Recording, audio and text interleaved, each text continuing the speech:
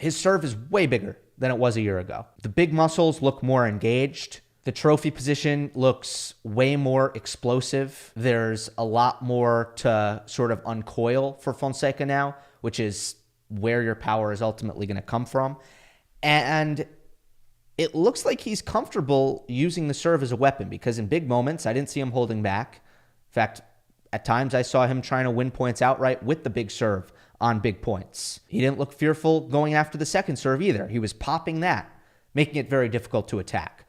So that trust is already there in that shot. That's one of the things I want to look for a guy who's just developing his serve. I think kind of early stages of turning that shot into a weapon, where I think for a lot of years it was just a point starter. He already trusts that serve in big moments, which is huge. Let's talk about consistency here, particularly forehand consistency. If you want to be a top 20 player, you do need to be a little bit more consistent on your forehand. I think from watching Fonseca, that certainly looked to be the case, that was holding him back, that it was a little bit too much of a loose cannon, that it was leaking too much, providing too many errors. I'm seeing that look better here. I'm seeing Fonseca, first of all, toggle the size of his backswing. Definitely was evident on the return of serve, and it always is.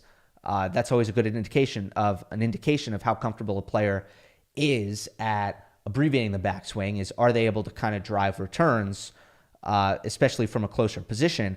And I feel like Fonseca is starting to get more comfortable abbreviating the backswing and shortening up the swing. I also see a lot less off balance, out of position trigger pulls. That was the biggest thing I thought cost him when I watched him in the third round of qualifying at the US Open. There were just a lot of forehands where Fonseca is trying to make something huge happen.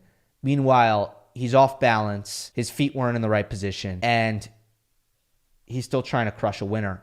And that's where you get the majority of your errors. Not only do I think he looked harder to rush in Jeddah, Saudi Arabia, I thought his footwork looked a little sharper, his balance looked more consistent, and when he was in tough positions, I didn't see as many irresponsible decisions. When the feet are in position and the body is under control for Fonseca, it's just chef's kiss. It is going to be one of, if not the most dangerous forehand in the world.